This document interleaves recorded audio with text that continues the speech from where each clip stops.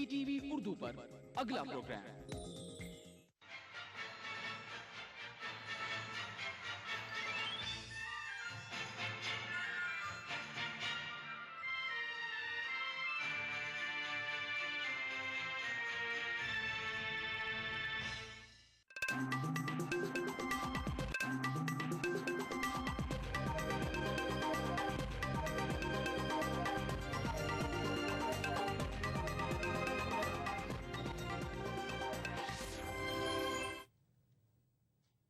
नाज़रीन आदाब, खबरों के साथ मैं हूं हिना। सबसे पहले हेडलाइंस।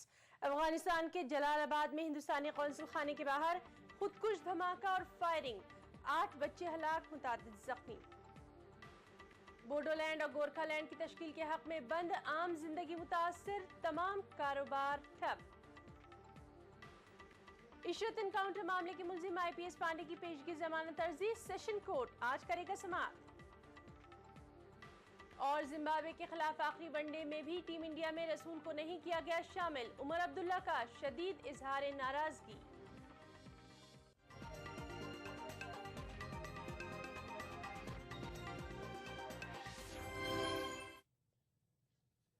अफगानिस्तान के शहर जलालाबाद में वाक़ हिंदुस्तानी कौंसल खाने के बाहर खुदकुश धमाका हुआ है। धमाके से पहले फायरिंग भी की गई। इस खुदकुश धमाके में 8 बच्चे हलाक हुए हैं जबकि 21 अफराद जख्मी हो गए हैं। नई दिल्ली में वजारत खारजा के हुक्काम ने बताया है कि कौंसल खाने का तमाम स्टाफ महफूज है और इमारत को भी कोई नुकसान नहीं पहुंचा है। जलालाबाद अफगानिस्तान के सूबे टंगहार की राजधानी है। सूबे के पुलिस अफसर शरीफ अमीन ने बताया है कि कौंसल खाने की जानिब जाने वाले रास्ते पर मस्जिद के नजदीक कार धमाका किया गया। और दिफाई उमूर के माहिर भरत वर्मा का मानना है कि इत्तेहादी फौजियों के इनखला के अमल से तालिबान को फिर से अपनी बची खुची ताकत जमा करने का मौका मिल रहा है। अफगानिस्तान की तामीर नौ में हिंदुस्तान का रोल तामीरी है और ये बात पाकिस्तान और अफगानिस्तान में सरगर्म तालिबान को खटक रही है। ये हमला इसी मायूसी और गुस्से का नतीजा है। जो अफगानिस्तान में आज अटैक हुआ है, इस अटैक की खबर पहले इंटेलिजेंस के पास थी और वहां के एम्बेसडर के ऊपर खासकर अटैक करने की कोशिश होने वाली थी हक्कानी नेटवर्क से, और ऐसा इंटेलिजेंस एजेंसीज ने आगाह किया था और उसके प्रिकॉशंस भी लिए गए। लेकिन जो बहुत बड़ी समस्या अफगानिस्तान में आ रही है वो ये है कि वहां से वेस्टर्न फोर्सेस, पश्चिम देश के फोर्सेस वहां से निकल रहे हैं। अब वो वहां पर लड़ाई नहीं कर रहे हैं और वो विड्रॉल मोड में है। उनको पाकिस्तान आर्मी का सपोर्ट, क्योंकि बहुत सारा असला और सामान वहां से निकलना है कराची के सी पोर्ट से, तो पाकिस्तान आर्मी की जरूरत है। पाकिस्तान नहीं चाहता है कि अफगानिस्तान के अंदर भारत के फुटप्रिंट्स हों। भारत के बहुत वहां पर जो हम लोग ने काम किया है रिकंस्ट्रक्शन का, उसकी तारीफ होती है और गुडविल मिलती है, लेकिन वो तालिबान चाहता है कि ये वहां से हट जाए। आने वाले समय में पाकिस्तान आर्मी और ISI इंश्योर करेंगे कि भारत के फुटप्रिंट्स अफगानिस्तान से कंप्लीटली मिट जाएं और हमारे एम्बेसडर या जो काउंसलेट्स हैं उनके ऊपर बॉम्ब अटैक्स आते रहेंगे। उधर तेलंगाना की तश्कील के ऐलान के बाद शुमाल मशरक़ी खित्ते में अलहदा बोडोलैंड की मांग तेज हो गई है। अलहदा रियासत के मुतालबे को लेकर इलाके में 12 घंटे के बंद की कॉल दी गई है, जिसके सबब रेल खिदमात बुरी तरह मुतासिर हुई हैं। ब्रह्मपुत्र मेल और गरीब रथ समेत कई ट्रेनों को जलपाईगुड़ी रेलवे स्टेशन पर ही रोक दिया गया, जिसकी वजह से मुसाफिरों को भारी दिक्कतों का सामना करना पड़ रहा है। इस बीच आसाम के वज़ीर आला तरुण गोगोई ने कहा है कि अवाम को तहरीक चलाने का हक है, ताहम किसी को भी कानून को अपने हाथ में नहीं लेना चाहिए। जुमेरात को भी HSDP ने अलहदा दीमा हासू रियासत की तश्कील के मुतालबे को लेकर 10 घंटे का बंद मनाया था। मुख्तलिफ बोडो तंजीमों ने रियासत के मुतालबात को लेकर तहरीक में मजीद शिद्दत लाने का भी ऐलान किया है।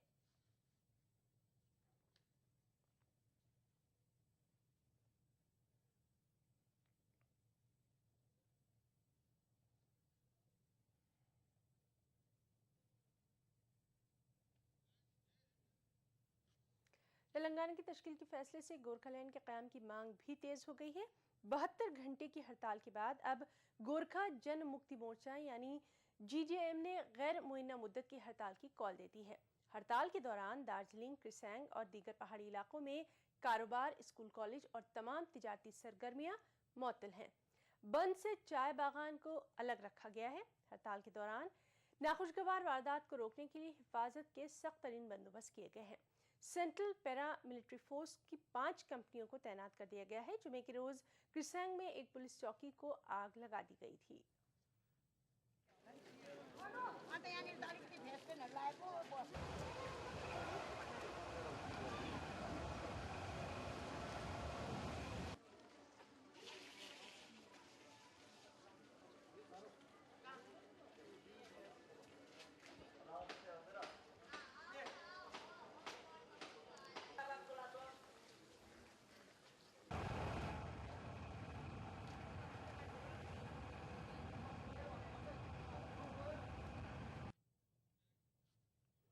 उधर गोरखालैंड की हिमायत में तहरीक चलाने वाले लीडर दिल्ली में मरकजी हुकूमत के लीडरों से मुलाकातें कर रहे हैं।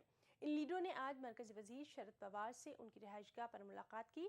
शरद पवार से मुलाकात के बाद गोरखालैंड क्षेत्री ने कहा कि गोरखा टेरिटोरियल एडमिनिस्ट्रेशन को इख्तियारात नहीं दिए जा रहे हैं, मजबूरन उन्हें अलग गोरखालैंड की मांग करना पड़ रही है।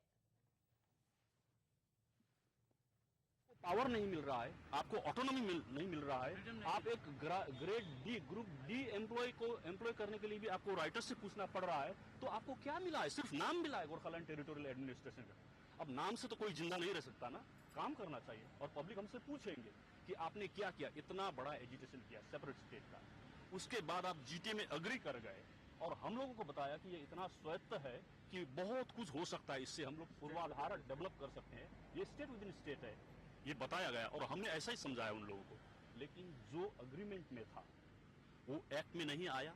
जो एक्ट में है उसको स्मूथली इंप्लीमेंट करने के लिए राज्य सरकार ने वो मौका नहीं दिया, जिससे हमको फोर्स किया गया ये पोजीशन में कि हम सेपरेट स्टेट की डिमांड ही लेकर आगे बढ़े। इशरत जहां मामले की मुलजिम गुजरात के आईपीएस अफसर पीपी पांडे की पेशगी जमानत अर्जी पर अहमदाबाद की एक अदालत आज समाअत करेगी। इससे पहले पांडे के जरिए सीधे अदालत से रुजू होने के बाद खुसूसी अदालत ने अर्जी मुस्तरद कर दी थी। बुध के रोज पांडे सीबीआई कोर्ट में एडिशनल चीफ मजिस्ट्रेट के सामने पेश हुए थे। हालांकि हाई कोर्ट ने पीपी पांडे की गिरफ्तारी पर 6 अगस्त तक रोक लगाने के अहकाम दिए थे। पीर के रोज पांडे बड़े ही ड्रामाई अंदाज में स्ट्रेचर पर सीबीआई की अदालत में पहुंचे थे। एफआईआर दर्ज होने के बाद से पांडे गायब थे। सीबीआई ने उन्हें मफरूर करार दे दिया था।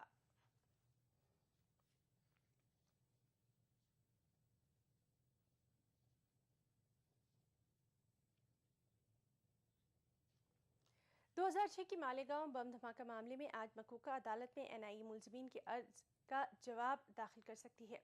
धमाकों के 5 मुलजिमीन ने 20 जुलाई को मकोका अदालत में अपने खिलाफ लगाए गए इल्जामात हटाए जाने की अर्जी पेश की है। मुलजिमीन की अर्जी में कहा गया है कि मुख्तलिफ जांच एजेंसियों के जरिए मामले में दायर करदा चार्जशीटों में उनसे मुताल्लिक तजाद पाया जाता है। मुलजिमीन ने मामले में फंसाए जाने का इल्जाम भी लगाया है।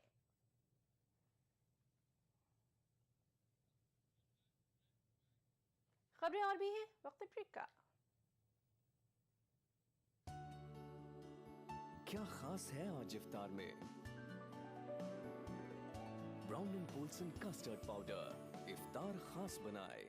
अच्छा नहीं लगता जब देखती हूँ कि जितनी सफाई होनी चाहिए उतनी नहीं है। खुशी, तुम मेरे घर रोज आया करो। मैं तो रोज आना चाहती हूँ, लेकिन तुम्हारे घर के पास इतनी गंदगी है, इतना बदबू है कि मुझे आना अच्छा नहीं लगता। ठीक है, मैं मम्मी को कहूँगी कि गलियों में कचरा ना फेंके, डस्टबिन में फेंके।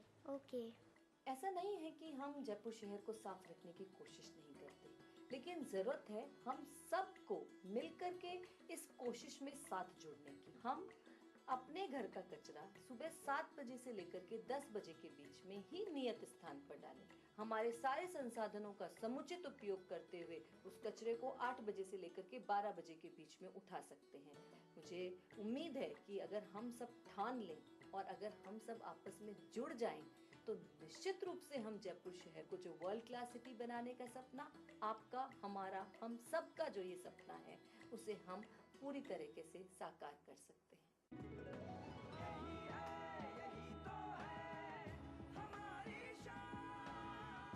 सबका फेवरेट वही जो है अंदर से सॉलिड, जेपी सीमेंट। मेरा फेवरेट अब इंडिया का फेवरेट। एक्वालाइट परिवार की तरफ से आप सबको रमजान मुबारक।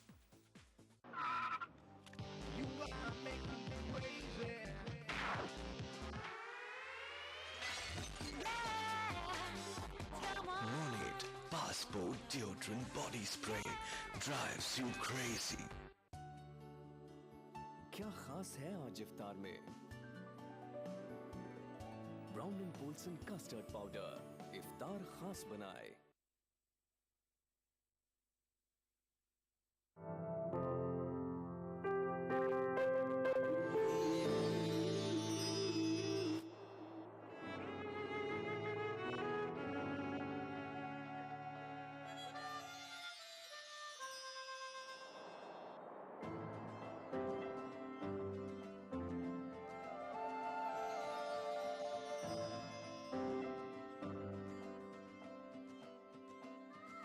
नए एहसासों से जुड़े नए रिश्ते बिखेरेंगे रंग।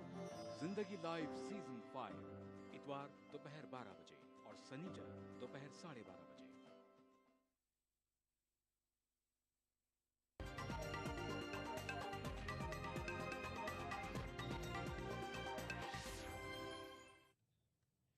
अब ब्रेक के बाद अब रुख करेंगे रियासत आंध्र प्रदेश का, जहां तेलंगाना राष्ट्रीय समिति के सदर के चंद्रशेखर राव ने तेलंगाना मुलाजमीन की जानिब से मुनक़दा एक तकरीब से खिताब करते हुए कहा कि तेलंगाना बनने के बाद आंध्राई मुलाजमीन को आंध्रा जाना होगा और वहां की हुकूमत पे काम करना होगा।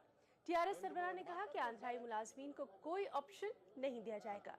केसीआर ने कहा कि तेलंगाना मुलाजमीन को अब तरक्कियां दी जाएंगी और खाली आसामियों पर बेरोजगार नौजवानों को दिया जाएगा।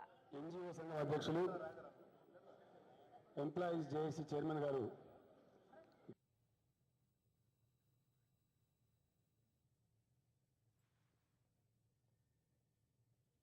డెఫినెట్గా తెలంగాణలో పనిచేసే ఆంధ్ర ఉద్యోగులు ఎవరైతున్నారో వాళ్ళంతా ఆంధ్ర ప్రభుత్వానికి పోవాల్సిందే. ఇక్కడ ఆప్షన్లు ఉండవు. వాళ్ళందరూ ఆంధ్రాలో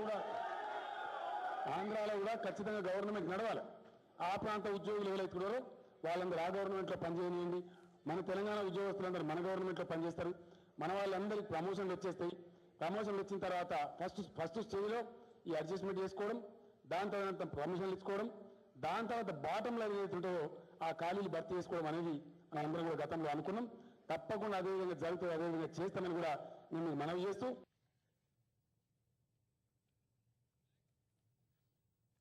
और तेलंगाना राष्ट्रीय समिति के सदर के चंद्रशेखर राव के इस बयान पर तनाज़ा भी खड़ा हो गया है। कांग्रेस, बीजेपी, तेलुगु देशम समेत कई सियासी पार्टियों ने इस बयान की शदीद मजम्मत की है। आंध्र प्रदेश कांग्रेस कमेटी के साबिक सदर डी श्रीनिवास ने इसे कोरी बकवास करार दिया है। उन्होंने आंध्राई मुलाजमीन से बेखौफ खतर काम करने के लिए कहा है।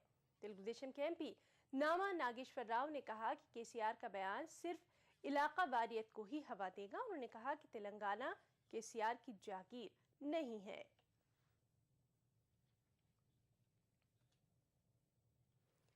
उधर आंध्र प्रदेश की तकसीम के खिलाफ रायलसीमा और साही आंध्रा में एहतजाज में भी शिद्दत पैदा हो गई है। सीमा आंध्रा इलाकों में आज भी बंद मनाया जा रहा है, जहां सीमा आंध्रा के अवाम अलहदा तेलंगाना की तश्कील के फैसले के खिलाफ एहतजाजी मुजाहरे कर रहे हैं। वहीं अवामी नुमाइंदे भी अपने अपने ओहदों से इस्तीफा देते हुए शदीद एहतजाज दर्ज करवा रहे हैं। इत्तलात के मुताबिक अब तक सीमा आंध्रा से ताल्लुक़ रखने वाले 9 अरकान पार्लियामेंट, 7 रियासती वुज़रा और 33 अरकान असेंबली मुस्ताफ़ी हो गए हैं, जबकि मरकज़ी वुज़रा पर मुश्तमिल एक ग्रुप ने दिल्ली में दिग्विजय सिंह से मुलाकात की इस्तीफ़े की पेशकश की है। ताहम दिग्विजय सिंह ने उनसे इस्तीफ़ा न देने की अपील की है। ज़राए के मुताबिक पल्लम राजू की क़यादत में सीमा आंध्रा के अरकान पार्लियामेंट का ग्रुप आज वज़ीर दाखिला से भी मुलाकात करने वाला है। मरकजी वजीर कॉमर्स और सनत आनंद शर्मा ने यह तस्लीम किया है कि गैर मुल्की सरमायाकार हिंदुस्तान नहीं आ रहे हैं। CNN IBN से बातचीत करते हुए आनंद शर्मा ने इसी बुनियाद पर मल्टी ब्रांड रिटेल शोबे में गैर मुल्की सरमायाकारी के लिए ज़ाब्तों में नरमी के फैसले का दिफा किया। वजीर कॉमर्स ने कहा कि दर हकीकत सरमायाकार ज़्यादा शफाफियत और ज़्यादा लचक चाहते हैं और मुल्की और गैर मुल्की सरमायाकारों को भरोसा दिलाने के लिए ज़ाब्तों में नरमी की ज़रूरत थी। अपोजिशन की मुखालफत के सवाल पर आनंद शर्मा ने कहा कि पॉलिसियां हुकूमत बनाती है, अपोजिशन में बैठे लोग नहीं। एनसीपी के सदर शरद पवार का कहना है कि नरेंद्र मोदी की क़यादत में बीजेपी मरकज में हुकूमत तश्कील देने के मौक़िफ़ पे नहीं होगी। शरद पवार ने तीसरे मुहाज के इम्कान को भी मुस्तरद कर दिया। एनसीपी के सदर शरद पवार ने अंग्रेजी न्यूज चैनल CNN IBN को इंटरव्यू देते हुए कहा कि बीजेपी नरेंद्र मोदी की क़यादत में मरकज में इक़्तिदार हासिल नहीं कर सकती। पवार ने कहा कि मोदी की क़यादत में बहुत कम सियासी जमातें बीजेपी की हिमायत करेंगी। एनसीपी के सदर का कहना है कि मखलूत इत्तेहाद के लिए एक ऐसे शख्स और क़यादत की ज़रूरत होती है जो पार्टियों की एक बड़ी तादाद के लिए काबिल कबूल हो। अगर इस नुक्ता नज़र से देखा जाए तो बीजेपी के लिए मुख्तलिफ तबक़ात की तरफ से हिमायत हासिल कर पाना मुश्किल है। शरद पवार का कहना है कि अटल बिहारी वाजपेयी की तरह की लीडरशिप अगर उभर कर आती तो सियासी जमातों की काबिल लिहाज तादाद बीजेपी से इत्तेहाद कर लेती। यही वजह है कि वाजपेयी को एक बड़े तबके ने कबूल किया था और वो 5 बरस तक मरकज में एक मुस्तहकम हुकूमत चला सके। तीसरे मास के ताल्लुक से पूछे गए सवाल का जवाब देते हुए पवार ने कहा कि इस मामले पर तबसरा करना क़ब्ल अज़ वक्त होगा। ताहम उन्होंने कहा कि उन्हें तीसरे मास के वजूद में आने के फ़िलहाल कोई इम्कानात नज़र नहीं आते। एनसीपी सरबराह ने बताया कि इंतखाबात के बाद कांग्रेस या फिर कांग्रेस की हिमायत से हुकूमत बन सकती है। इस सवाल पर कि आया वो वज़ीर आज़म के ओहदे के उम्मीदवार होंगे, इस पर शरद पवार ने कहा कि वो लोकसभा इंतखाब नहीं लड़ेंगे और वो अपनी हदें जानते हैं। Bureau report, ETV news. Maharashtra के मुमलिकती वजीर नारायण राणे के बेटे नीतीश राणे के एक ट्वीट पर हंगामा उठा हुआ है। नीतीश ने गुजरात की तरक्की और महाराष्ट्र से गुजरातियों के गुजरात जाने से मुतालिक ट्वीट किया था। इस पर बीजेपी और गुजरात हुकूमत की जानिब से सख्त रद्द-ए-अमल सामने आया है। उधर नीतीश का कहना है कि वो अपने बयान पर कायम है। सुनाई में आ रही है टीवी पे, पेपर में या इंटरनेट पे, जिस तरह से गुजरात की वाहवाह की जाती है कि गुजरात महाराष्ट्र से अलग है, गुजरात इतने बहुत ज्यादा डेवलपमेंट वहाँ हो रही है, इतने अलग अलग चीजें हो रही है, तो मेरा ऐसा सीधा स्टेटमेंट या सवाल था कि अगर सच्ची में अगर इतना ज्यादा डेवलपमेंट हो रहा है नरेंद्र मोदी इनके माध्यम से, तो उनके ही कम्युनिटी के लोग उनके ऊपर विश्वास रख के कि बाबा हमारे जो हम जहाँ स्टेट में इतना गुजराती है तो हमारे जो होम स्टेट है वहाँ अगर इतना डेवलपमेंट हो रहा है तो हमको वापिस जाना चाहिए, ऐसा अगर उनको लगता नहीं है तो मुझे नहीं लगता गुजरात में इतना डेवलपमेंट है। ऐसे मेरी भूमिका या ऐसा मेरा पॉलिटिकल स्टैंड, राजकीय भूमिका मैंने अपने ट्विटर के माध्यम से उधर कही थी।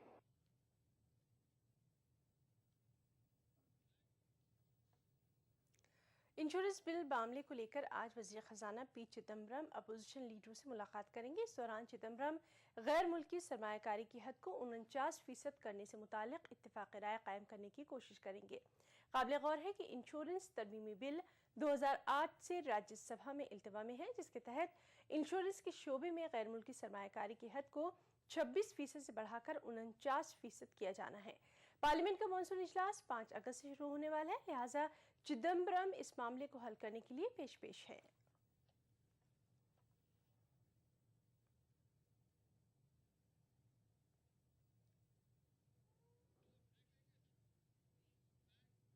खबरें और भी हैं, वक्त ब्रेक का। इस ईद वेस्टर्न यूनियन और चेन्नई एक्सप्रेस पेश करते हैं 10 गुना मनी ट्रांसफर। वेस्टर्न यूनियन द्वारा पैसे पाइए और पाइए उससे 10 गुना ज्यादा पैसे जीतने का मौका। कभी छोटी सी शरारत बन जाए आफत और जिंदगी is good. TT Innovair, TT is good। Aqualite परिवार की तरफ से आप सबको रमजान मुबारक। क्या खास है आज इफ्तार में? Brown and Polson custard powder इफ्तार खास बनाए।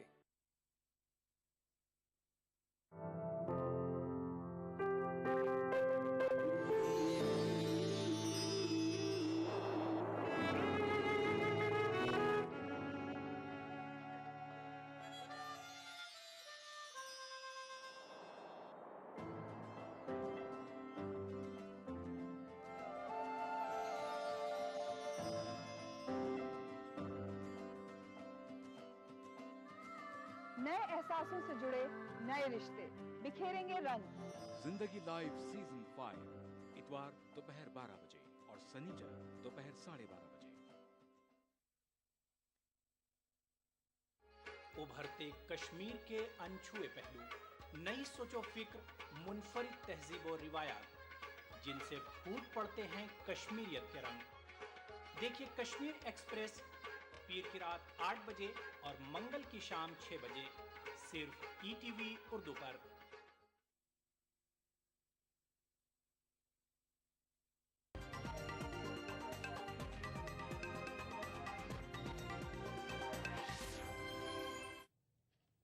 ब्रेक के बाद एक बार फिर आपका इस्तकबाल करते हैं। बिहार के गया जिले में रात नक्सलियों के जरिए रेलवे ट्रैक उड़ाए जाने के बाद गया मुगलसराय रेल रूट के अप लाइन पर ट्रेन की खिदमत शुरू कर दी गई है, जबकि नक्सलियों के जरिए की गई डाउन रेलवे ट्रैक की मरम्मत का काम जारी है। अब ट्रैक पर सबसे पहले कोलकाता नई दिल्ली राजधानी एक्सप्रेस चलाई गई, जो परैया रेलवे स्टेशन पर रात से खुली थी। कल रात नक्सलियों ने परैया और गुरुर रेलवे स्टेशनों के बीच बम धमाका करके पटरी को उड़ा दिया था। इस वक्त बाद रेलवे हुक्काम को अलर्ट कर दिया गया था और तफ्तीश करने वाली टीमें जायवाके पर रवाना कर दी गई थी। नक्सल हमले के वक्त ड्यूटी पर मौजूद रेलवे गेटमैन ने नक्सलियों की सरगर्मियों के बारे में कुछ इस तरह बताया।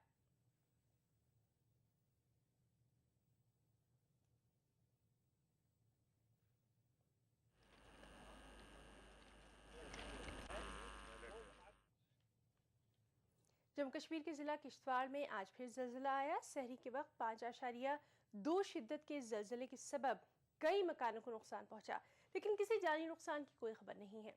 शब में 3:08 पर आए जल्जले के बाद लोग घबराकर अपने घरों से बाहर निकल आए। महकमा अर्जियात के मुताबिक जल्जले का झटका 9 सेकंड तक जारी रहा। इसके बाद हल्की शिद्दत के 2 और झटके भी महसूस किए गए। बताया जाता है कि जल्जले का मरकज किश्तवाड़ इलाके से शुमाल मशरक में 13 किलोमीटर दूर और अनंतनाग के जुनूब मशरक में 78 किलोमीटर दूर वाक़ था। लगातार जल्जलों से इलाके के लोगों में खौफ व हरास है।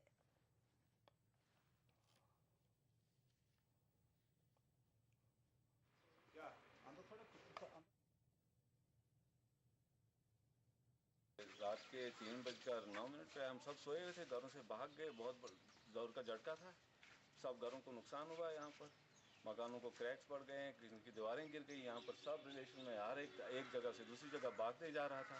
चीखें सुनाई दे रही थी चारों तरफ से।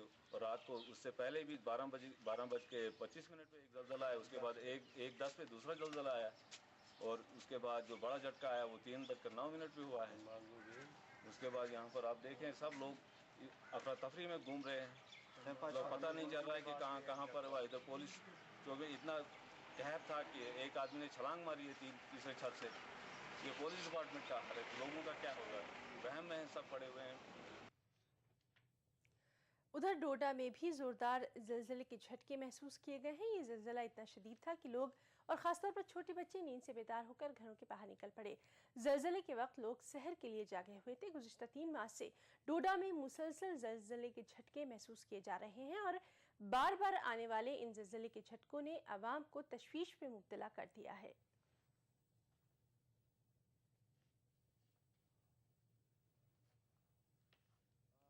खौफ में बच्चे जी रहे हैं, सारे लोग जी रहे हैं। अभी जो कि आज सुबह जो अर्थक्वेक आया है 3:03 पे, तो सहरी का टाइम था, काफ़ी लोग उठे हुए थे, काफ़ी अभी सोए हुए थे, तो छोटे बच्चे भी अभी सोए हुए थे। तो जो ही अर्थक्वेक आया तो एकदम सारे बच्चे बाहर, सारे लोग बाहर आ गए घरों से और सारे लोग डरे हुए हैं। इस टाइम जो कि उस टाइम इफ्तार का सहरी का वक्त था, सारे लोग सहरी के लिए अंदर भी नहीं जा रहे हैं, काफ़ी खौफ में जी रहे हैं। झटका बहुत ज़बरदस्त था, तो मालूम नहीं इसकी वजह क्या है। अभी पिछले दिनों हमने सुना था कि ये पानी का ज़ख़ीरा जो हो रहा है चिनाब वैली में, ये बहुत बड़ी वजह है इसकी, लेकिन अभी तक ये मालूम नहीं हुआ। साइंसदानों ने या दूसरे जो जियोलॉजिस्ट हैं, सिस्मोलॉजिस्ट हैं, उन्होंने अभी तक ये वाज़े नहीं किया कि इसकी वजह क्या है।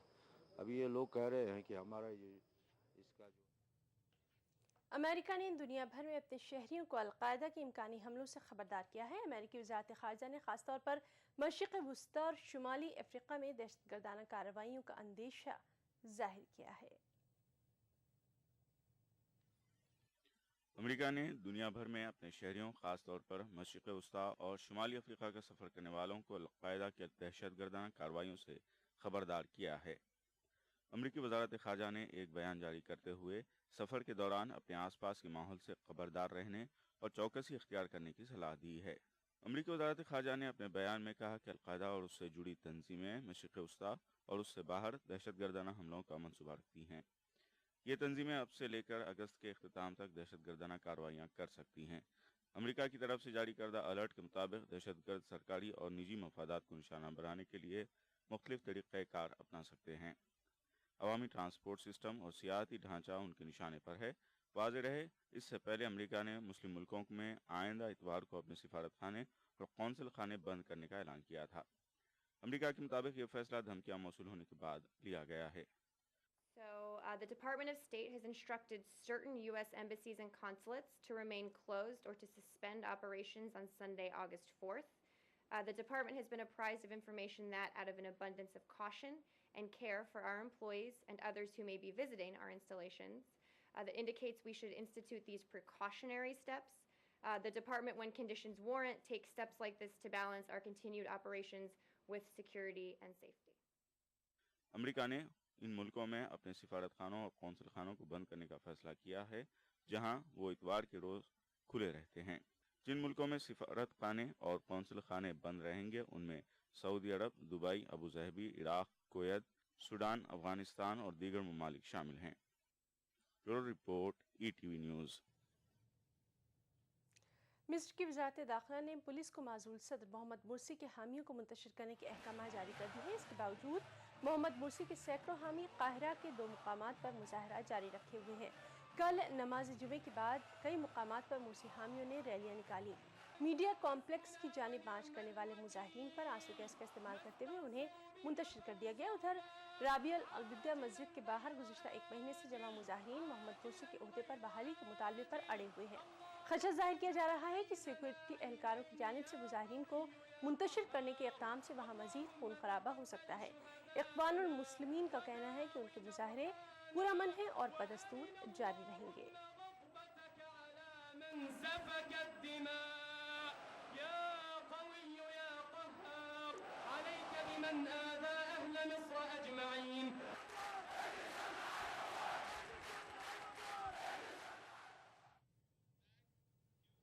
जिम्बाब्वे के दौरे पर गई टीम इंडिया आज 5वां वनडे खेलने में मसरूफ है, लेकिन आज भी जम्मू कश्मीर से ताल्लुक़ रखने वाले खिलाड़ी परवेज रसूल को मौका नहीं दिया गया और इस पर जम्मू कश्मीर के वज़ीर आला उमर अब्दुल्ला ने सख्त रद्द-ए-अमल जाहिर किया है।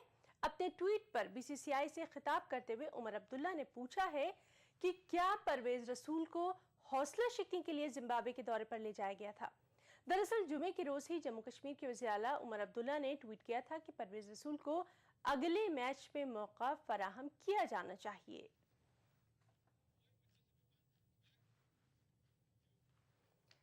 बुलावे में खेले जा रहे सीरीज के 5वें वनडे में जिम्बाब्वे की शुरुआत अच्छी नहीं रही है। विराट कोहली ने टॉस जीतकर मेजबान टीम को बल्लेबाजी की दावत दी। तेज हवाओं, ठंड का गेंदबाज पूरा फायदा उठाते हुए जिम्बाब्वे को एक के बाद एक 4 झटके देकर बैकफुट पर ला दिया है और ताज़ा खबरें मिलने तक जिम्बाब्वे ने 5 विकेट के नुकसान पर 85 रन बना लिए हैं।